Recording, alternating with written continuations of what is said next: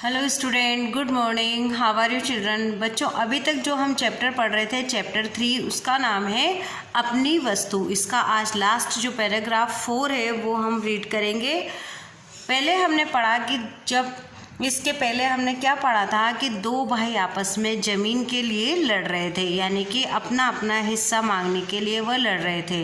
तो रास्ते में निकले एक साधु ने देखा कि दो भाई झगड़ रहे हैं, या महात्मा जी ने देखा, तो उन्होंने उनका झगड़ा रोकने के लिए क्या कहा उनसे कि आपस में आप दोनों क्यों लड़ रहे हो। तो उन्होंने बताया कि ये ज़मीन मेरे हिस्से की है। दूसरा भाई बोलता है कि ये ज़मीन मेरे हिस्से की है। तो महात्मा जी शांत स्वभाव से उनसे कहते हैं कि तुम दोनों आपस में झगड़ा कर रहे हो इस ज़मीन के लिए, तो हम इस ज़मीन से या भूमि से, दोनों का एक ही मतलब होता है, इसी से पूछ लेते हैं कि ये किसकी है। उन्होंने देखा कि दोनों गुस्से में हैं, बहुत तेज़ तेज़ झगड़ा कर रहे हैं, एक दूसरे को मारने के लिए भी उतारू हैं। तो उनका गुस्सा शांत करने के लिए, उनको बात समझाने के लिए सबसे पहले क्या करना था, उनका गुस्सा कम करना था। तो महात्मा जी ने कहा कि पहले तुम मुझे कुछ भोजन कराओ, फिर कुछ समय बाद हम इससे पूछते हैं। तो दोनों ने भोजन किया, तीनों ने मिलके भोजन किया, थोड़ा भोजन बना, थोड़ा टाइम लगा। इस बीच में उनका जो विवाद था वह थोड़ा कम हो गया और गुस्सा कम हो गया। जब भी हम अपनी कोई बात, सही भी बात होती है और उसको कहते भी हैं, तो इसके पहले हमें सामने वाले का गुस्सा कंट्रोल करना चाहिए, गुस्सा कम करना चाहिए, फिर हमें अपनी बात रखनी चाहिए। वरना क्या होता है, वो अपनी जिद और अपनी बात पे अड़े रहते हैं। तो हमें अपनी बात को शांति से कहने के लिए सामने वाले को भी थोड़ा सा नॉर्मल होने का मौका देना चाहिए, या उसका गुस्सा शांत होना चाहिए। अब आपने यहाँ तक पढ़ा, अब आगे के पैराग्राफ में पढ़ेंगे। इन पैराग्राफ से रिलेटेड मैंने क्वेश्चन आंसर भी कराए हैं, तो आप अपनी बुक ओपन करें और फिंगर पॉइंट करते हुए चलें। जो जो शब्द पढ़ रहे हैं उस पर आप फिंगर रखेंगे। स्टार्ट करते हैं हम। महात्मा जी की बात सुनकर दोनों भाई बड़े लज्जित हुए और महात्मा जी के चरणों में गिर पड़े। महात्मा जी ने लोहा गर्म देखकर चोट की और उन्हें समझाते हुए कहा, तनिक विचार करो कि जिस भूमि के लिए तुम लोग आपस में झगड़ा कर रहे हो, क्या वह आज तक किसी की बनी है? जो तुम लोगों की बन जाएगी। मनुष्य मेरी मेरी कहकर व्यर्थ यत्न करता है। क्या कहते हैं वो कि मनुष्य जो है मेरी मेरी, यानी कि ये चीज़ मेरी है, ये चीज़ मेरी है, ये कहकर व्यर्थ यत्न करता है। यह नहीं सोचता कि इनमें से भी जो कुछ मनुष्य का अपना नहीं है। क्या है, सब अपन कहते हैं ना, ये मकान मेरा, ये ज़मीन मेरी, ये पैसा मेरा है। तो क्या सब मनुष्य का है या कोई उसे साथ लेकर गया है?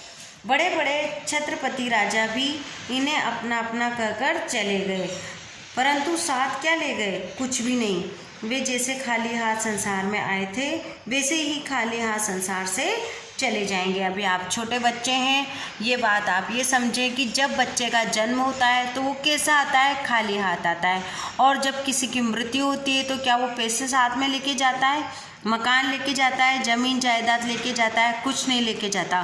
क्या लेके जाता है? वो भी खाली हाथ ही चला जाता है। तो इसलिए कहा है कि कोई भी जो होता है वो खाली हाथ आता है और खाली हाथ ही चला जाता है, और मनुष्य मेरे मेरी मेरी यत्न में व्यर्थ ही लड़ता रहता है। तुम लोग भूमि के लिए, इस छोटे से टुकड़े के लिए झगड़ा करके अपने अनमोल जीवन को नष्ट करने पर क्यों तुले हो? यह भूमि न तुम्हारी है न तुम्हारी बनेगी। भूमि ही क्या, संसार के जितने भी पदार्थ है, धन संपत्ति है, मकान आदि है, इनमें से कुछ भी तुम्हारा नहीं है। तुम्हारी अपनी वस्तु तो केवल भजन भक्ति और तुम्हारे अच्छे कर्म हैं, जो लोक परलोक के संगी साथी हैं। शेष सब कुछ तो यही रह जाता है। अतएव आपस में लड़ने झगड़ने और मनुष्य जन्म के मूल्यवान समय को नष्ट करने की अपेक्षा जीवन को अच्छे कर्मों और नाम सुमिरन में लगाओ। महात्मा जी क्या कहते हैं कि लड़ाई झगड़े करने से अच्छा है तुम अच्छे कर्म करो, भगवान का नाम लो, अच्छे लोगों की सेवा करो, जो मतलब जिनको ज़रूरत है, गरीब लोगों की सेवा करो, और अपने कर्म अच्छे रखो, ताकि तुम्हारा लोक और परलोक संवर जाए। दोनों ने महात्मा जी के चरणों में गिरकर अपनी भूल के लिए क्षमा मांगी। क्षमा यानी क्या होता है? माफ़ी। उस दिन से सबके साथ प्रेम का व्यवहार करते हुए, अपने समय को भजन भक्ति में लगाते हुए अपना जन्म सफल करने लगे। तो आपके ये पैराग्राफ कंप्लीट हुआ है। इसमें आए हुए जो कठिन शब्द है वो देखेंगे। संपत्ति, संपत्ति यानी क्या होता है? धन दौलत। संपत्ति यानी क्या होता है? धन दौलत। मूल्यवान, मूल्यवान यानी कीमती। लोक, लोक यानी यह संसार। परलोक, दूसरा लोक। स्वर्ग, अपेक्षा, अपेक्षा यानी बजाय। फिर एक बार रिपीट करते हैं। संपत्ति को क्या बोलते हैं? धन दौलत बोलते हैं। मूल्यवान यानी क्या होता है? कीमती। लोक, लोक किसको बोलते हैं? संसार को। परलोक किसको बोलते हैं? दूसरे लोक को। कहते हैं ना वो परलोक सिधार गया, जहाँ हम रह रहे हैं वो संसार, और जो इसकी मृत्यु हो जाती है वो कहते हैं उसको कि वो परलोक चला गया। स्वर्ग, परलोक या स्वर्ग। अपेक्षा, अपेक्षा यानी बजाय। अब बच्चों ये इस जो पैराग्राफ है उसमें आए हुए क्वेश्चन आप देखेंगे, क्योंकि कल मैं होमवर्क में आपको क्वेश्चन आंसर दूंगी, तो आपको क्वेश्चन आंसर अपने आप करोगे तो बहुत अच्छी बात है। और इस बुक में तो अपने आप ही दे रखे हैं, तो आंसर देख के बच्चे लिख लेते हैं, वरना हमें क्वेश्चन आंसर क्वेश्चन देखकर पैराग्राफ में से आंसर निकाल कर हमें खुद को करना चाहिए। अब इस पैराग्राफ से रिलेटेड क्वेश्चन देखें आप।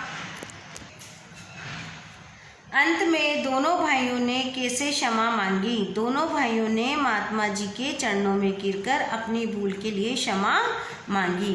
महात्मा जी के अनुसार जीवन कैसा है? महात्मा जी ने बताया कि मानव जीवन अनमोल है, इसे व्यर्थ के कार्यों में नहीं गंवाना चाहिए।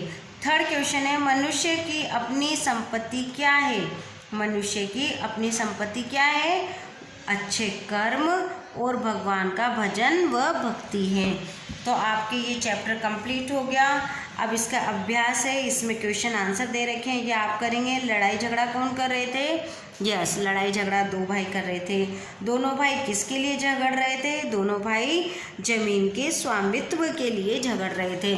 इसमें इस तरीके से जो शब्द आते हैं, स्वामित्व, लड़ाई झगड़ा, उद्यत, मूल्यवान, ऐसे शब्दों को आप जब पढ़ते हैं तो उसको अंडरलाइन कर लिया करें। अंडरलाइन करने के बाद आप अपनी कोई सी भी रफ़ कॉपी में उन शब्दों को 2 या 3 बार लिखने की प्रैक्टिस करेंगे तो आपको लिखने आएगा। अगर आपको फटाफट लिखाया जाए कि स्वामित्व लिखो, तो क्या आप लिख सकते हैं? नहीं।